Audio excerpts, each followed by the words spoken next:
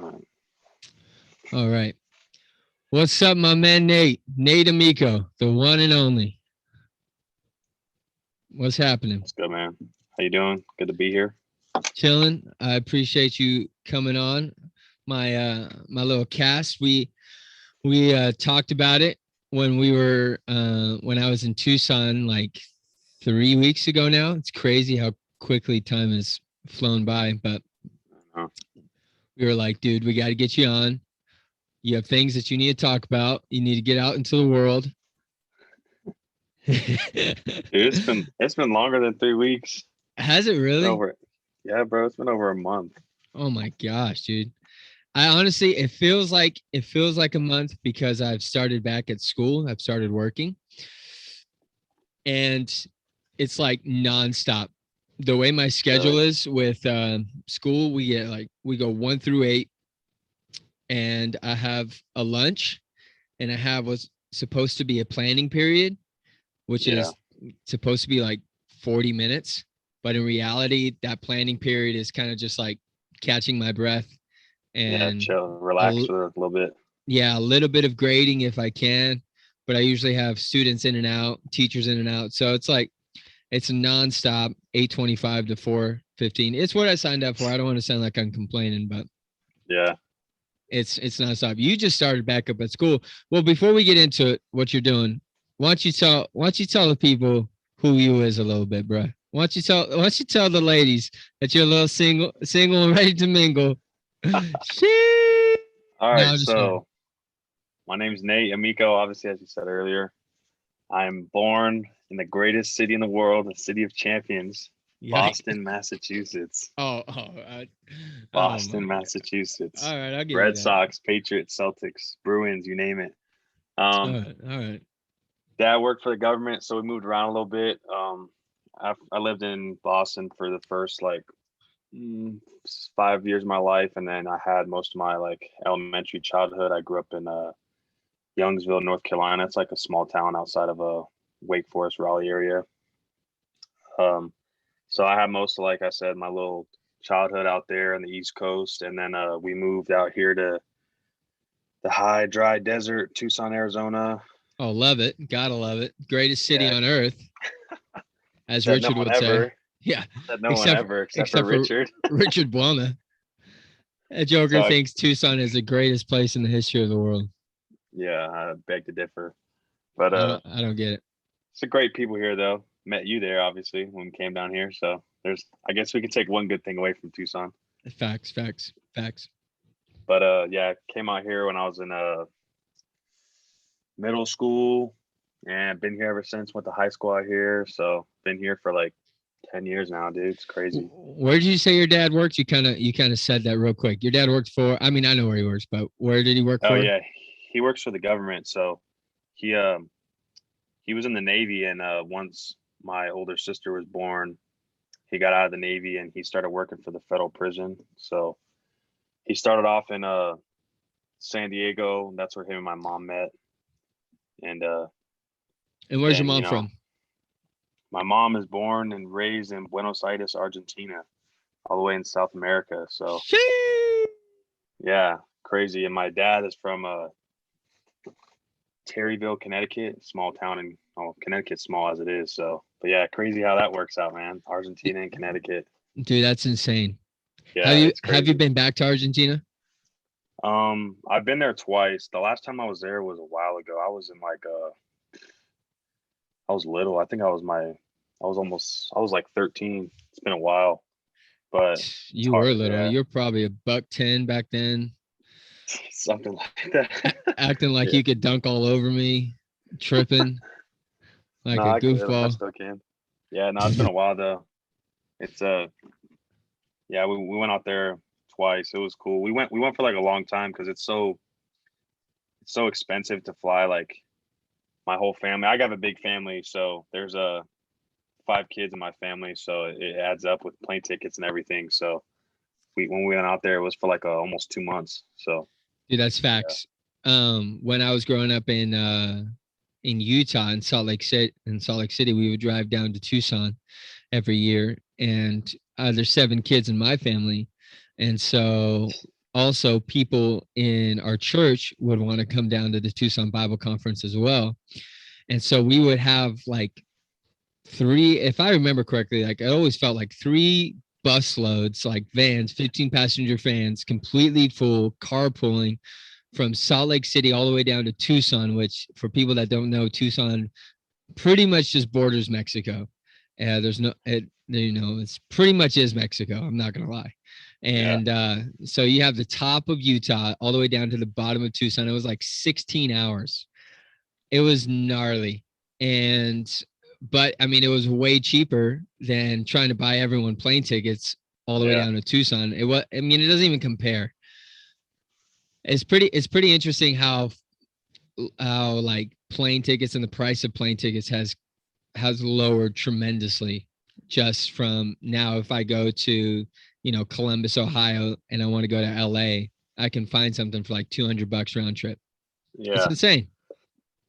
So when my family moved here from North Carolina to Arizona, we actually drove. So we did the cross country trip. I think that you guys did too, right? You guys drove Dude, from we've done it. I've Tucson done to it. West Virginia. Yeah, we did it, and I've done it myself. Like just personally, I've done it probably 10 times. It is, Yeah. it's rough. It is Yeah. rough. I've done it one time. Me and Alyssa, we left Thursday morning from West Virginia at around Mhm. like 6 probably. We got into Amarillo. We stayed the night, got up around 8, ate some breakfast, and got into Tucson Friday night. Dude, we were Yeah. moving. So Yeah. we were moving, and we took our time though, like sleeping it. Like we got into Amarillo around like 10, got up at 8. So it's possible to do it in like 2 days, but we were on a Nonstop. mission. We were on a Yeah, mission. we were able to like because my like I said, my dad was for the government, so they offered to move us and like plane tickets, but we kind of were just like, oh, it'll be a cool little like family road trip. So it Yeah. was cool. We got to stop in Tennessee, and then that year was when the Super Bowl was actually in Dallas, Texas, in Cowboy Stadium or Arlington, wherever that's at.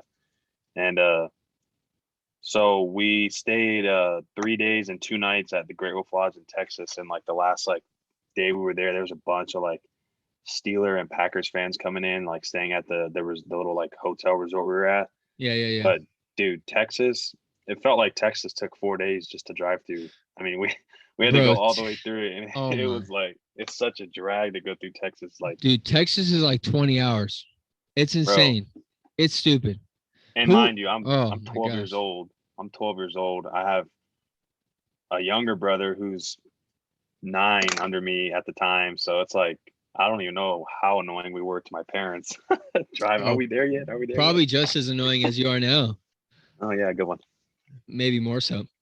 No, but I don't know. You might be more annoying now. I'm not really sure. But you moved here, and I remember when I was living there, you loved football. You loved basketball as well, but I Yeah, remember me going to a couple of your games, and then we missed out on going to high school together. I think I graduated the your eighth grade year, yeah, so we were like 1 year away from being together. But yeah. you played football all 4 years of high school. So how was that for you? And the reason why I kind of wanted to, talk to you about football and sports and stuff is because I have a lot of listeners that are aspiring athletes, and Mhm. so I appreciate someone that's worked hard, someone that's gone through the grind, and Yeah. has lived in to tell the tale. So, but high school football in Arizona, what's that like? So high school football in Arizona was different, man. It was like I said earlier. I played my first couple years of Pop Warner in North Carolina over on the East Coast. So just the weather itself was like, it was like, dude, coming Bad. and playing football in the desert. I didn't even know that was really a thing. It's a death Like, sentence. yeah, it's like, you know, I didn't really experience that until I got to high school, like how hot it really was because, I came here and I played 2 years, my last 2 years of like youth football, Yeah. but we don't start practice until almost 6 o'clock at night when we were little because we would go to school all day and it was so hot. So they're like, all right, we'll start it later in the afternoon, later at night when it cools down. So I get to high school. School gets out at what time? Like 3:20, 3:15. It's like almost the hottest part of the day is between like 2 and 4 p.m. And we're going out there in a helmet, shoulder pads, full everything in the middle of the heat. Mind you, they still do the classic Hell Week. So we're still running, dude. We're dying. I'm like, I mean, for those of you who don't know, like the Arizona heat is like, it just like burns you from the inside out. Like you just feel it in like Burns. your nose and like it's just dry, bro. Like it And you guys are on turf. yeah. So here you go. There's another experience I didn't find out till my sophomore year. Freshman football, we practice on the backfield. There's grass, so it's all right, cool. And well, actually, no, because we had games on the turf midday at 4 o'clock on Thursday during the week, and so we have turf, but like most, we have our track around it as well, which is black. So it just radiates heat with the turf beads and the black track, and then you're in full pads. And my school colors are the one we went to is we were all navy blue, so it's pretty much black. So it's just like it's just asking to be hot, Dude, you're just asking to like die. pass out, And pretty much. yeah, and I'm sure there were people that were passing out. Oh yeah, that bro. At least for the first couple weeks of the season, first month of the season, when it was like the hottest, and we had our Hell Week conditioning. There was kids passing out, throwing up, IVs going in their arms and stuff. It's like It's like a war zone, dude. I know. I remember we never played on turf, but at my high school, at our high school field, what would happen when we were playing summer ball is if it was a long inning, so like our pitcher was just getting rocked Yeah, or whatever it might be, we would have to, like, if I was catching, they would make us come in, get some water real quick, me specifically, because I have all that gear on, get some yeah, water, and then I'd have to go back out. Like it was like a mandatory thing. Like, hey, Aaron, come and hydrate right now because your pitcher sucks and he's forcing you to be out there longer than you should be. So come back in, get some water, and then you got to go back out just because it would be so stinking hot, dude. And for people yeah. that, I don't know if we already said like how hot it gets, but it would be like 110 to like anything above, and it is just brutal, Brutal. brutal heat. The sun, there's no clouds. If anyone has seen the movie Holes, it's like that where you see like a little baby cloud, and you're like, "Come on, little baby cloud, cover the big sun," and and it doesn't, and you're just stuck there in the heat. So all that to say, I don't know how people do it. Tucson is rough. Yeah, and it's arguably worse in Phoenix. I would say dude, it's hotter in Phoenix, capital, man. It's nasty. I've had summer tournaments up there. Never. I've only played. So the hottest game of my high school career was actually in Phoenix. Like temperature wise, like it was legit the hottest. It was 113, and it was literally at nighttime. We didn't kick off. We kicked off at 7 p.m. Oh my It's god. there's no sun out, and it was 113. And I don't know what I was doing. Like it was in Surprise, Arizona. I've never been there before. I was like, I knew it's Phoenix. I wore a long sleeve that night with we were all white, so I tried to just go all white. I put a white long sleeve underneath, dude. Oh my gosh, I was dying. We actually we actually so the sprinklers during that game went off because when it gets to a certain temperature, the sprinkler systems out here go off because if it's grass, you're killing it. The grass is dying. So the game actually stopped in the middle of the game because the sprinklers started going off. So Wow. we got like a 15-minute, break pretty much until they figured that whole thing out. But yeah, the sprinklers literally went off because of the heat detection. It's That's like, insane. That's insane. Now, but besides like the weather, does like Arizona football or Vale? So we're from a small town called Vale, and Vale's actually produced some studs, especially in yeah. baseball. But how does that compare to like what you would say like Texas football or California football? Does it compare? Does it hold like a candle? Like is Arizona football pretty legit? So I think it gets overlooked because, like you said, like we've had some like some studs. Like there's actually a ton of guys in the league right now in the NFL that are from Arizona.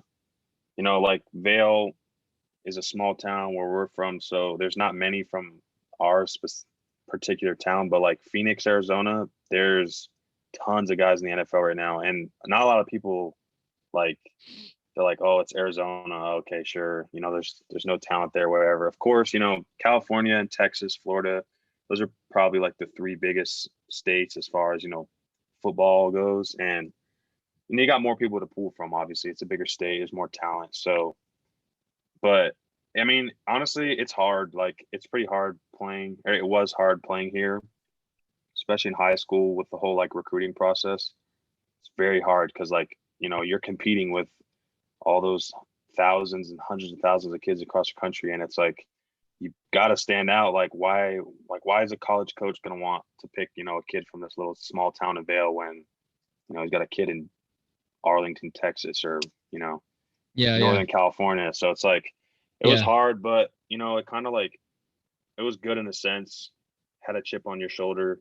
you know During the summer I would go to like camps and stuff for colleges, and you get like these little nameplates across your chest with your position, height, weight, and where you're from. And I'm like one of the only kids out there that has a little AZ on there. And it's Wow. just like you get overlooked, and there's California, Florida, Georgia, Texas, all the big states. And it's just like kind of like lit a fire under me, once I realized how like small Arizona really was to like the football world Yeah, in yeah. the recruiting process. So I think it was good in that sense, but it was like I said, it was hard, it was challenging, but I think good came from it. Like I said, going to those camps and being like one of the only kids from Arizona, it was like it's pretty cool. Once I got older, I was like, dang, like I'm the only kid from Arizona out here, Yeah. and it was pretty cool. So That's yeah, I pretty mean, tough. as far as that, but yeah, That's pretty tough. And so you played linebacker. mhm, Did you play? Were you 2A in high school? yeah. Okay. So I played like H back. It was Okay. yeah, it was like a type running back receiver type mix. But you got recruited just straight as linebacker. Yeah. So who are you getting recruited from? Most of the schools I got recruited from were Pac-12 schools. So Arizona, Arizona State, USC, Washington, and then the Northern Arizona is out here too. Um, those were like the main schools in high school uh, that recruited me.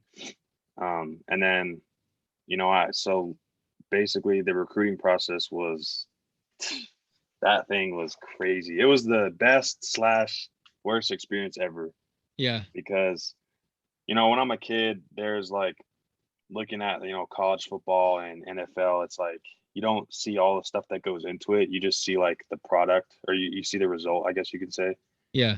So like when I actually started getting recruited, there was a lot of stuff that I didn't know like existed in the recruiting world. I mean, I'm the oldest, male in my family, so I was the first one to go through the recruiting process. There's a lot of stuff that my parents didn't know, I didn't know, my coaches. A lot of politics, man. It's Like a what? lot of So take me through like if you're recruiting me, what's gonna happen? What are you gonna do with me? so well, for one, like I stated earlier, very hard to get recruited out of the town we grew up in. Like I said, it was just small. That was just the way it was. So, Yeah. your film you had to like stick out basically.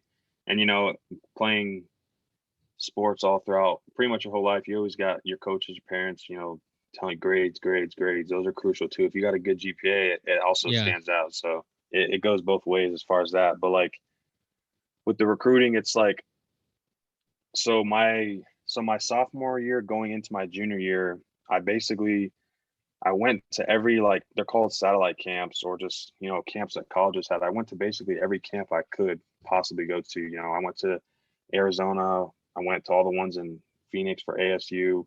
My parents drove me out to California. I went to UCLA, Stanford's. I did as much as I could. And like I said, we were new to it.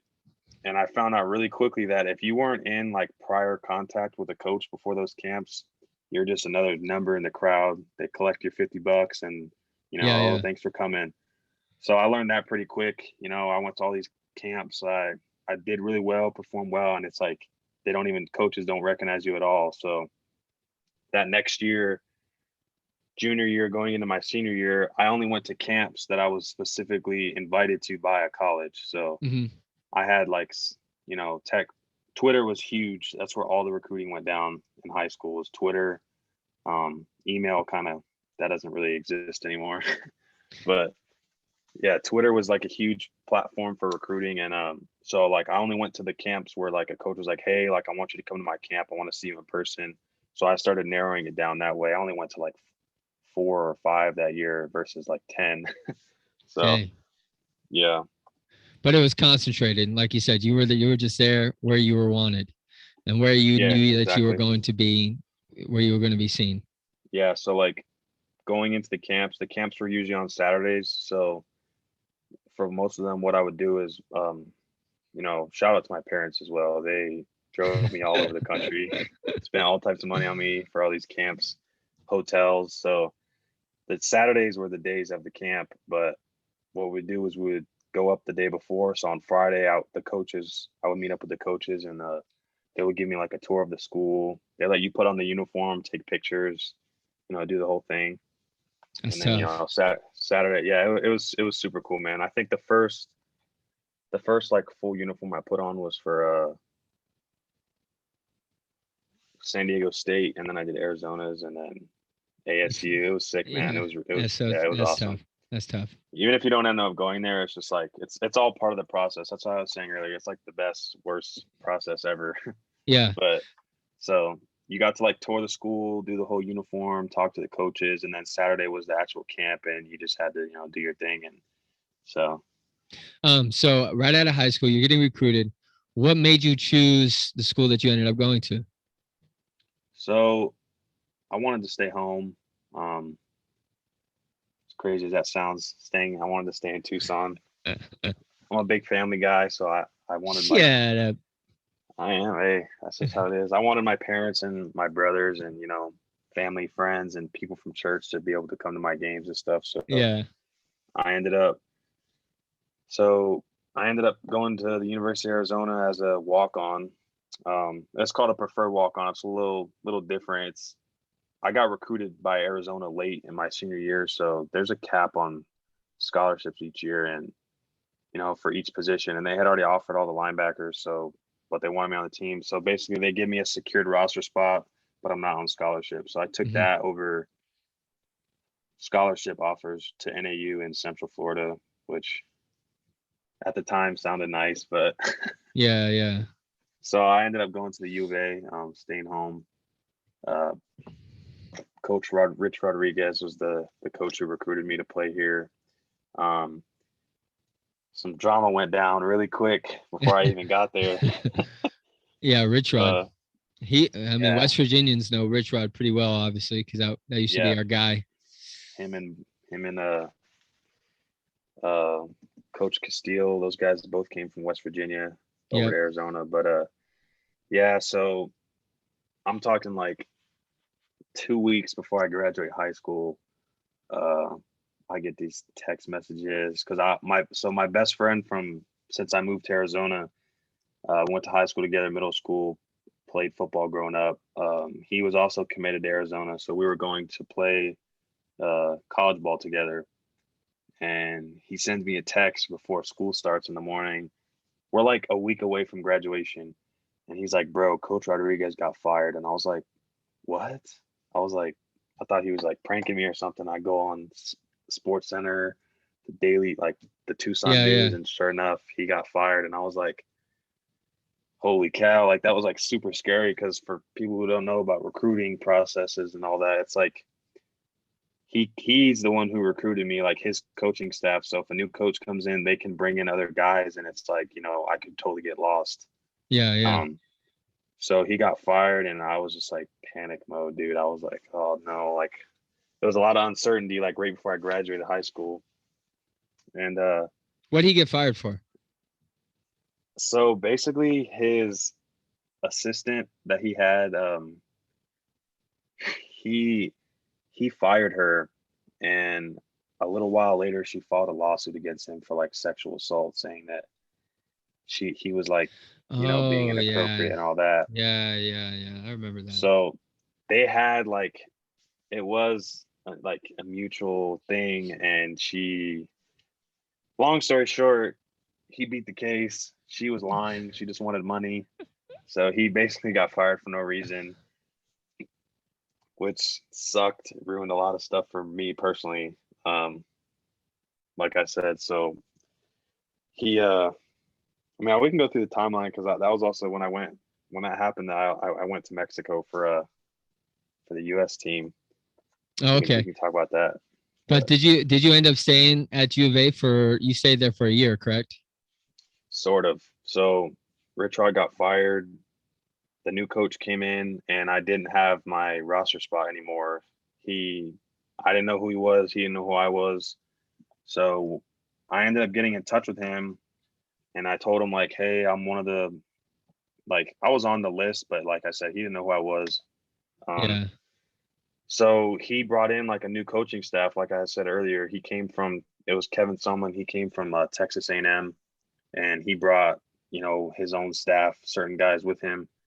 So all the coaches, like my position coach for linebacker, he left. He went to like North Carolina. So I didn't know anybody there except for one coach, and he wasn't even like a position coach. He was kind of just like he did like the Transition guy. meeting. Yeah. So I got in touch with this new coach, and I told him my situation, like, hey, I'm a preferred walk on, like yada yada.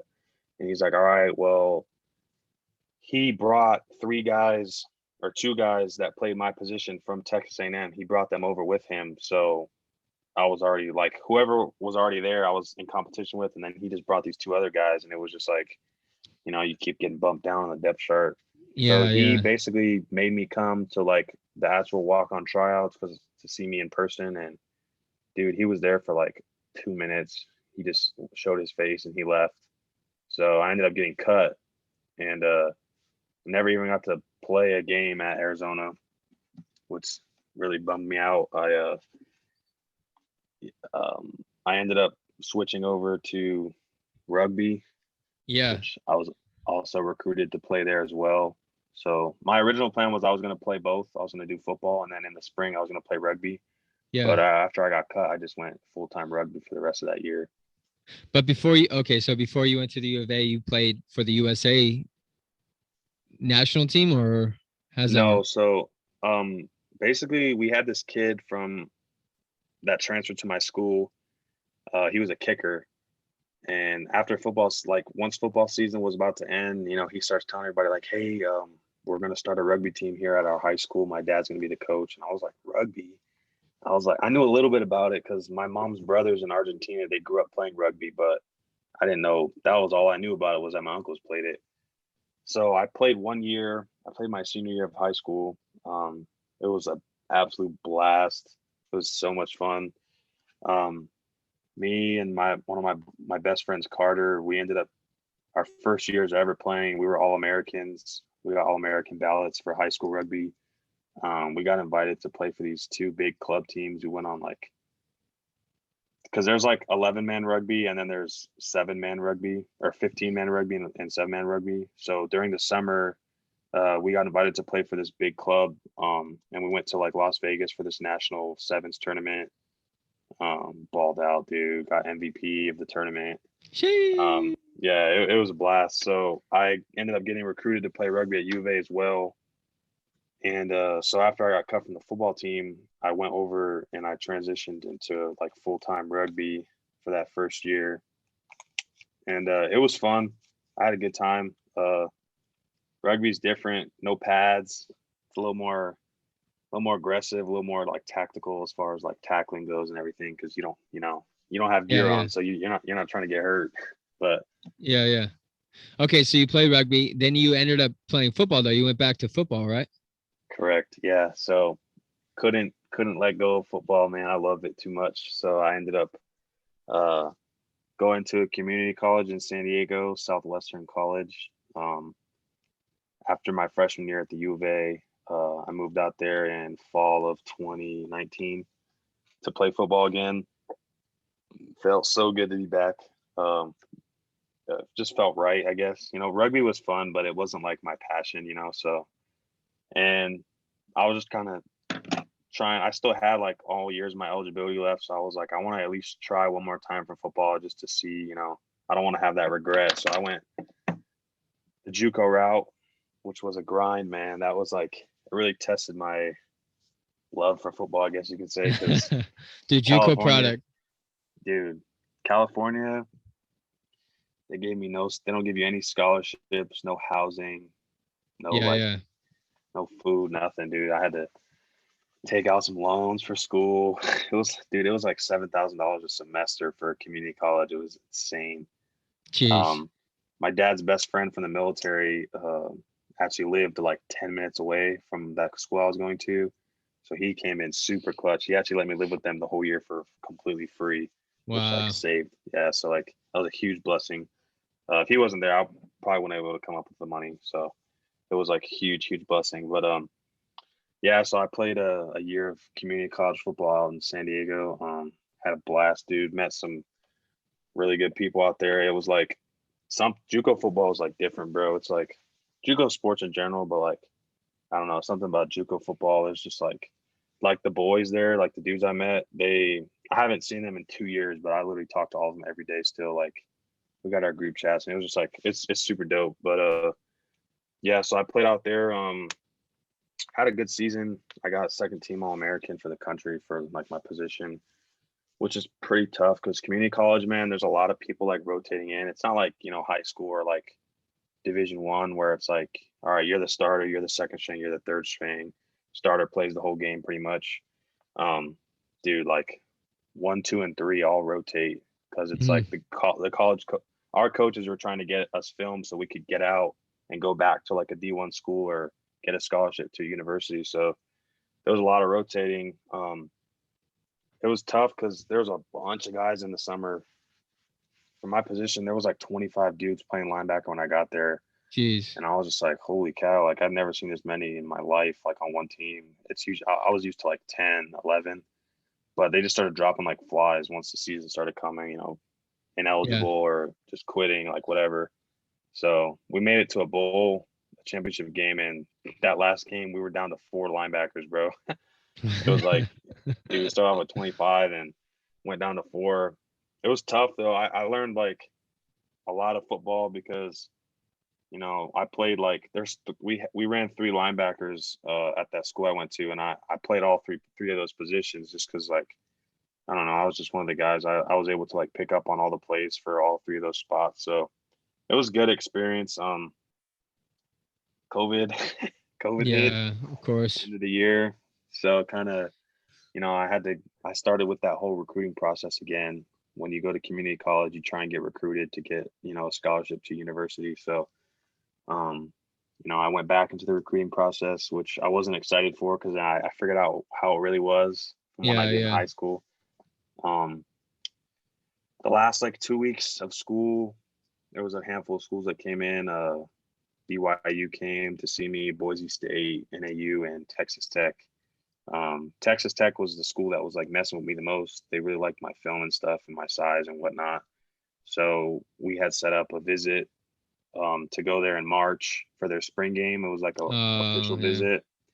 So official visits, they pay for everything. They put you in a hotel. They feed you nice. Like they do the whole thing. Yeah. And usually at the end of official visits, they offer you a scholarship. But I wasn't 100%. But that's usually how they go. So they do it for the date was like March 12th, and then we get shut down like March 5th. COVID hits, so that got canceled. They got a whole new coaching staff. The whole cycle repeated. Oh my So gosh. I never heard from them again. So Yeah.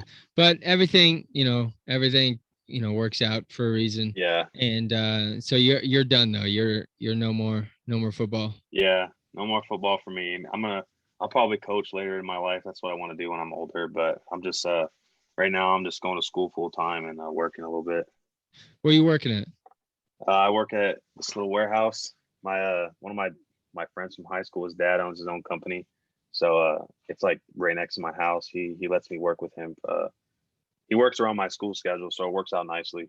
That's tough. I was actually kind of trying to fish out of you. What's your little side hustle? What's your little side hustle? So, one of my side hustles, I resell shoes. Me and my boy started this thing during COVID. We started like an Instagram page, and we started reselling like higher end shoes like the Jordans and the Yeezys and all that stuff. So, COVID, everybody was getting all these stimulus checks, and they thought they were rich. So I was like, oh, this is a good time. So we just started, getting shoes, and we would get like used shoes, not like beat to death, but like, still good condition. And then we would like fix them up a little bit and just resell them. Yeah, it was pretty good. It was fun. But I love so shoes. so people were getting their stimmy, and they were either buying shoes, or they were some people, if they were smart, they were investing, Correct. which is what you got into over the last year. You started. Do Yeah. you do penny stocks? Yeah, that's how I started. So I that's why I said one of my side hustles. No, I'm just kidding. But yeah, I started dabbling He with the stock market. Started Start dabbling with the stock market a little little bit. dabble. Um, I knew what it was, but I didn't know what it was. Yeah. That the stock market is an animal, dude. That thing's a beast.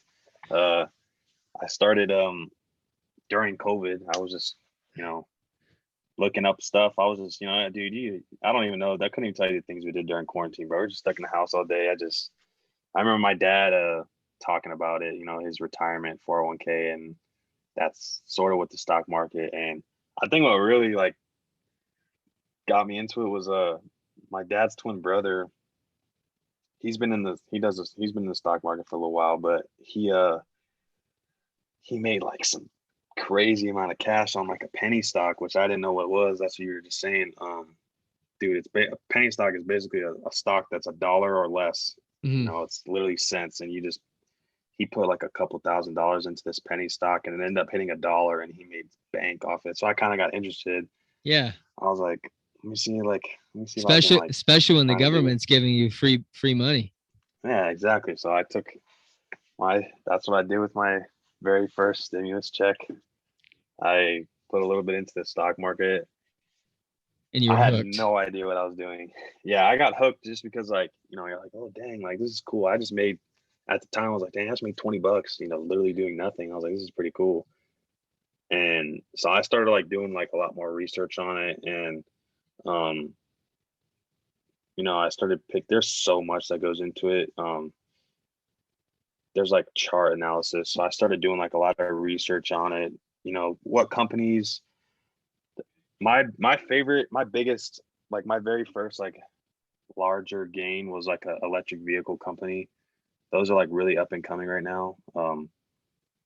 So it's called like Lucid Motors, and I heard about it and I was like looking into it, and I was like, oh, this is pretty cool. Like, let me like look some more into it. So they ended up building their main like headquarters out here in Arizona. It's like an Mhm. hour, a little over an hour near my house. So I was like, oh yeah, I'll put a couple $100 in here, and I just left it. And then like I bought it at like $13 or something like that, and it went all the way up to like almost $70 in like less than a Wow. month.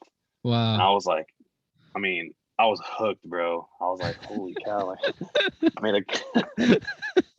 made a couple thousand right now just sitting in my room, and I was like, this is so cool. Like, so, and I Yeah, learned that's really tough. quick. I learned really, really quick that it's not what you think it is. Yeah, it's high risk, high reward. That's because Yeah, we talk about the stock market yeah. in my class when I'm teaching about finance and Okay. whatnot. And so the stock market is one of the units that we talk about. And one of the Hmm. main things I try and get across to my kids is that it's high risk, but it's also Hmm. high reward. Yeah. And the high risk comes when you put $13 in, or whatever, you buy a number of shares at $13, and you think they're going to go up, and they don't. Hmm. Correct. And yeah, and you lose money. Yep. And and depending on what your financial status is, a couple $100 might be breaking the bank. And Right. so you do your research, you look into it, you do your due diligence and you put money in, and all of a sudden it just sucks, and Gone just there's like that. yeah, it's just like that, and it's gone. It's just it can be such a gamble for Yeah. sure, just like that. And Richard of course is pretty into it as well.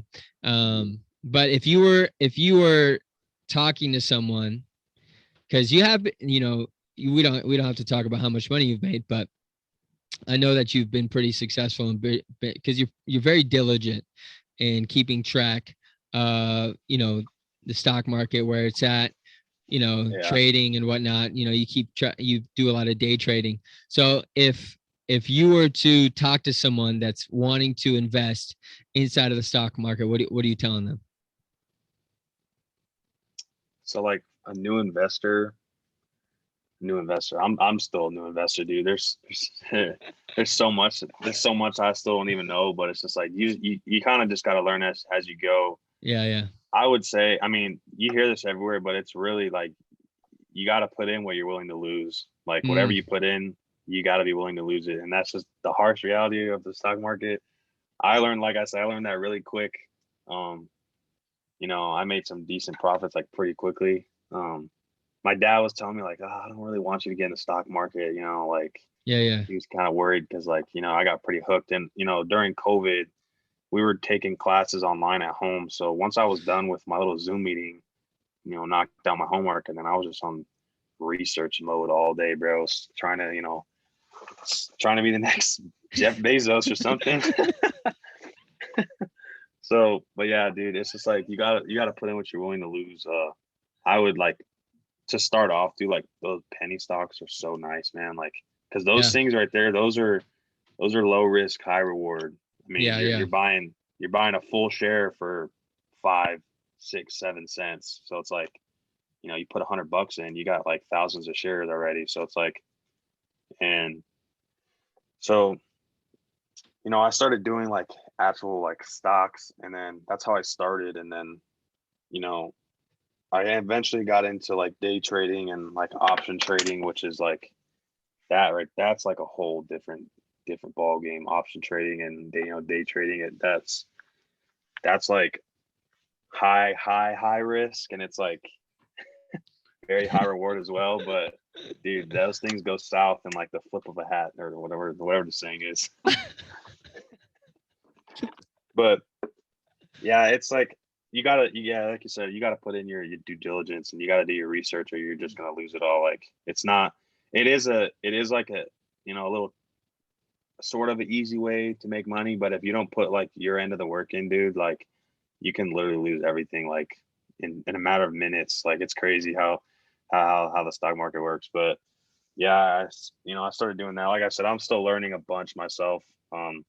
Richard's cousin, Marco, uh, he he's actually been helping me out a lot.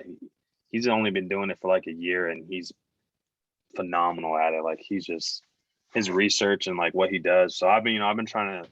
You just everywhere you look, dude. There's so many resources out there that you can learn from with the Yeah, stock yeah. market and stuff, and companies, and it's crazy. Like I learned so much about like obviously the stock market, of course, but like I didn't realize how much went into the stock market. Like politically speaking, and like you know like stuff that happens in, okay, for example, COVID breaks out, it's a pandemic, stocks like Amazon, mask companies, they blew up, like, you know what I Hmm. mean, like because people are at home now and they're ordering stuff online. So it's like I didn't realize how all that stuff worked, like how like real world problems and like stuff that goes on every day will affect if a stock goes up or down. Like there was so much that I had no idea. And I Yeah, didn't find that out till yeah, I was like 2, 3 months in. yeah. But Your boy Biden is really doing a number on the stock market.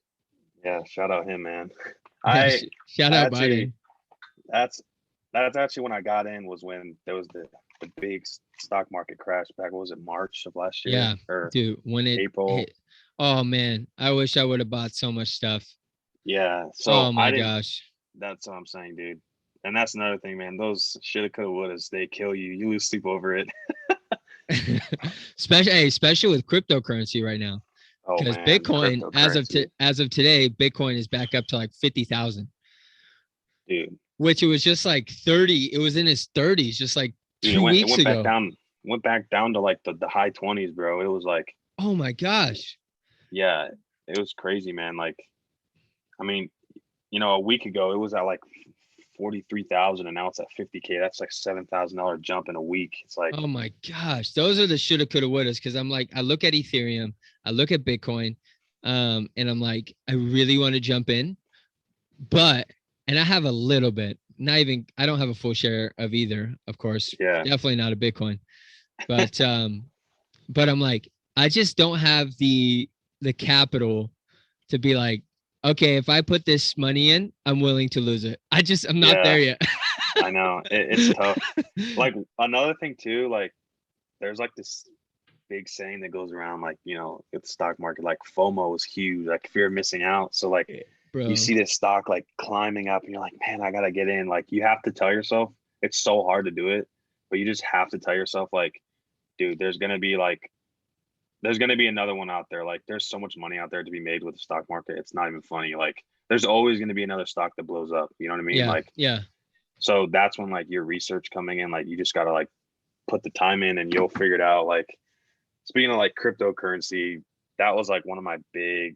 That's what kind of like gave me like a big chunk of my capital was the little Dogecoin, Doge to the moon, Dogecoin baby. buzz to the moon. One of my someone from church, actually, it was Reese Need. He's big on crypto. He's been on the crypto for a while. He plays with all these like super cheap ones, and he told me, he's like, hey Nate, like check this thing out. It's called Dogecoin. It's not even worth a penny yet. It's less than a cent. I was like, oh dang! Like so at the time, I was like, dude, I just put $100 in here, and I got like 80,000 shares. From $100. This thing is like worth basically nothing. And he was like, yeah, I literally put in like he put in $50,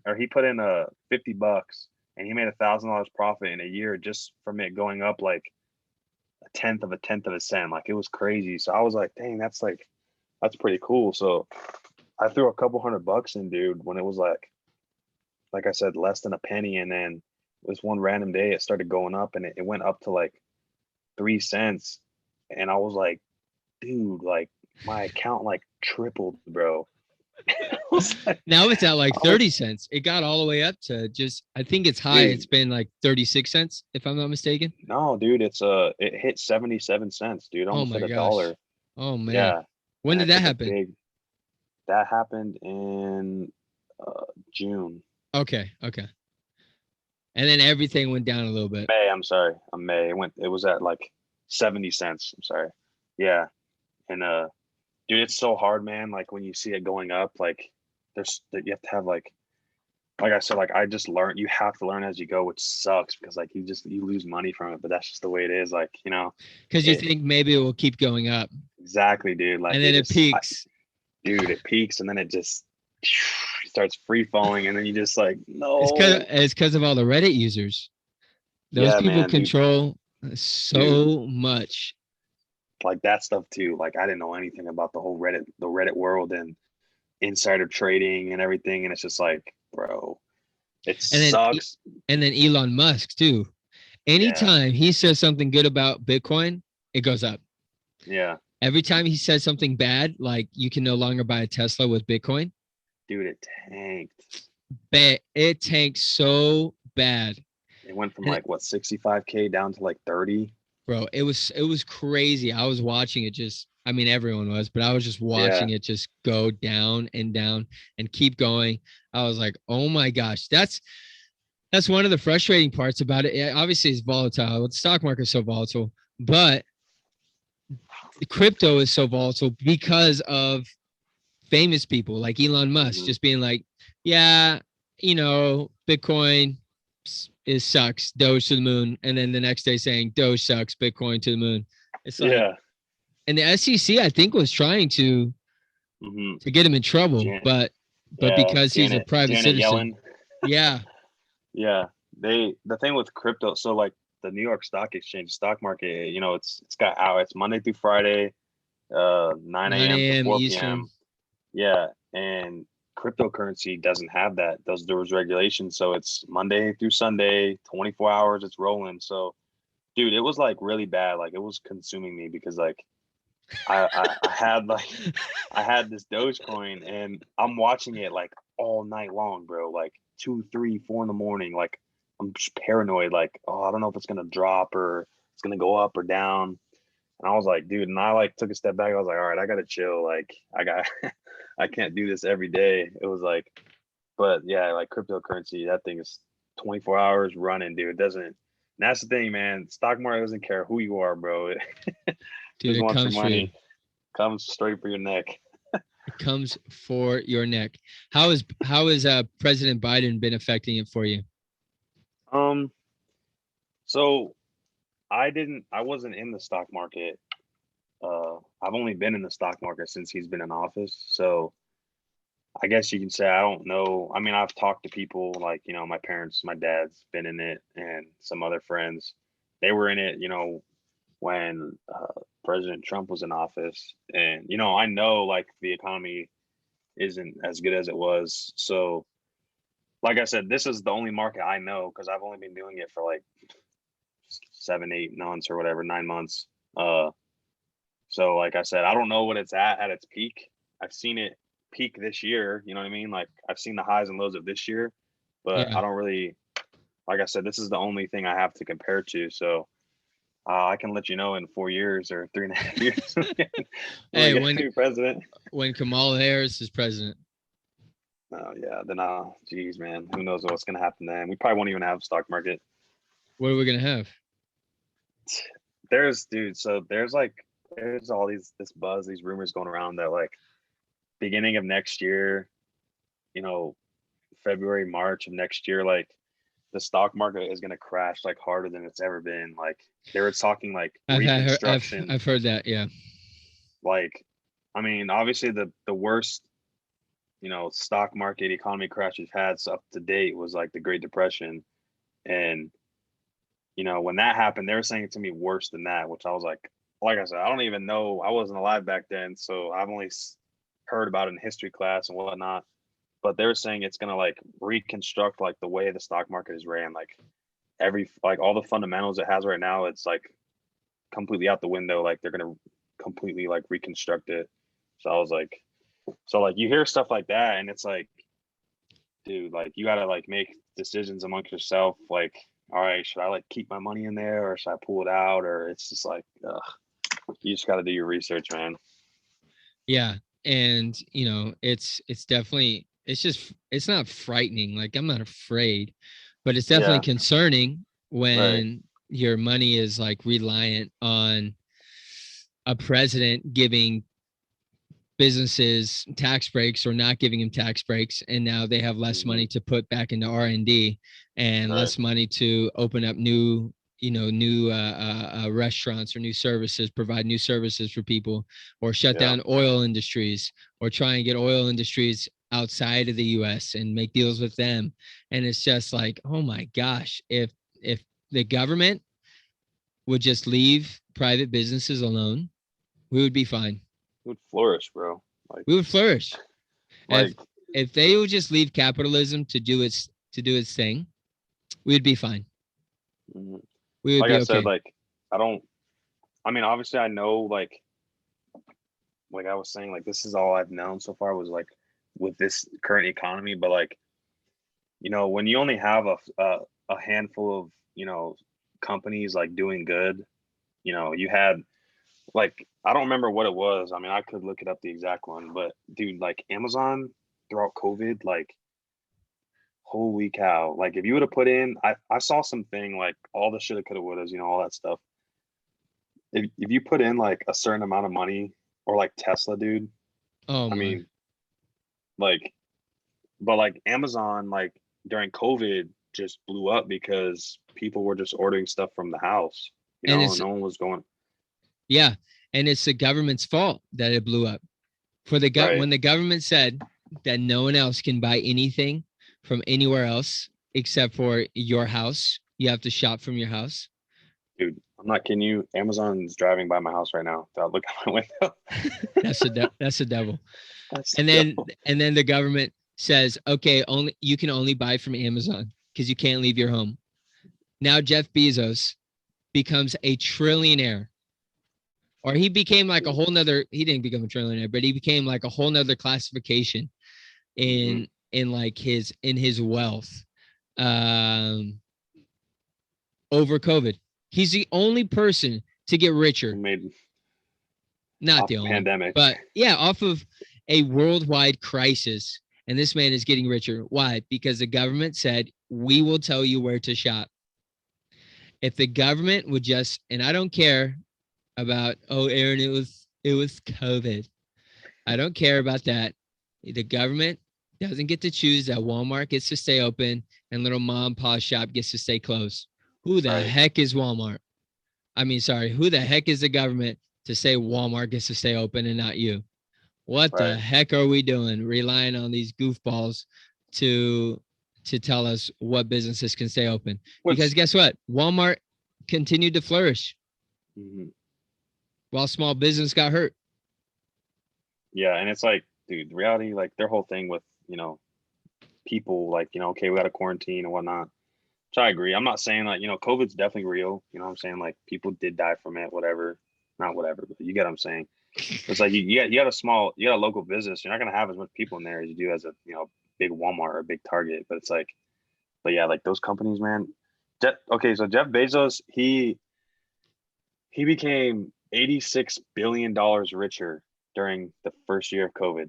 Eighty Oh my six gosh. billion dollars. He made $86 billion profit during COVID. And it's like, I Yeah. mean, Thank you, and COVID. right, exactly. It's like I'm No, sure he, thank you the way the government handled COVID. That's what it um, is. I'm sure he was so distraught and so Yeah. had such a horrible year of COVID, making 86 bill in his crib, and he doesn't even, he stepped down from Amazon now, and now he's like, it's, I don't know, man. Those guys, it's like it's crazy, and I'm not one of those guys that's like, hating on them. Like, dude, that guy started off in his garage. Like, kudos, Yeah, bro. yeah. Like, Yeah, yeah, yeah. that's sick. He started off in his garage with everything, so it's like. But it's like, what do you even like? What can you do with that much money? So Bro. now he steps down from Amazon, and he goes full time into, uh, you know, he's diving into the crypto world now, trying to find new ways of income, which is like, Yeah. it's just like crazy, man. He's Like, diving into that as well as trying to go to space. right, the whole SpaceX It's thing. pretty gnarly. No, SpaceX is that's Elon Musk. Elon Musk, that's right. Yeah, Jeff didn't Jeff Bezos has Bezos his just go own. to the? Didn't he just go with like his brother or something? Yeah, he went up with like four other people into space and then came back. And it was pretty tough. Like, I'm the same way. I definitely don't hate on any type of millionaire or billionaire because, you know, a millionaire turned himself into a billionaire and a thousandaire turned himself into a millionaire. And that's tough. Like that ain't no joke. I'm not gonna hate on them because they grinded. They're doing stuff that I didn't do. And so I will never demand that they give back or demand that they should be taxed more because that's not my money. And I don't believe in uh, stealing from people because the Bible says not to. So Commandments. yeah, yeah. For anyone that says socialism is Jesus was a socialist, Jesus was not a socialist. Just read the Thou shalt Bible. not steal. Just yeah, and thou shalt not covet. Uh, thou shalt not place any other gods before me, which we do in socialism with the government being placed above God. So it's yeah, I'm not a fan of criticizing Jeff Bezos, except for when he says dumb stuff about politics or tries to take books off of from selling Amazon. them. Yeah, like Alex Yeah. Berenson's books and whatnot. But um, dude, it's already been an hour. Sheesh. Chee! Went by pretty quick. Give me give me a give me a sheesh for my people. Dude, I don't even think I can go that high, bro.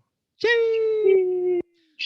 Nate, do you want to shout yourself out for all my listeners before I Shout let you go? myself out.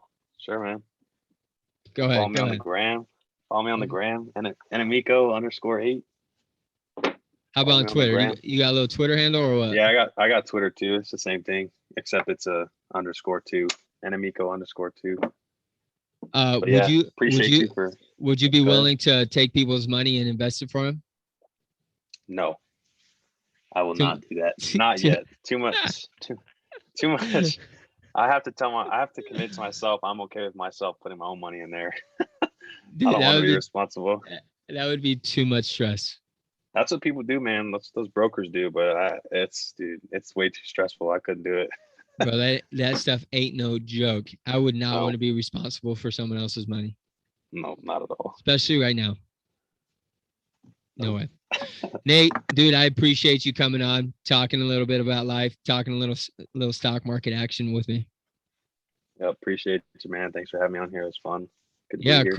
of course. All right, guys, I appreciate you all listening. I hope you have a wonderful day, and I will see you guys next week.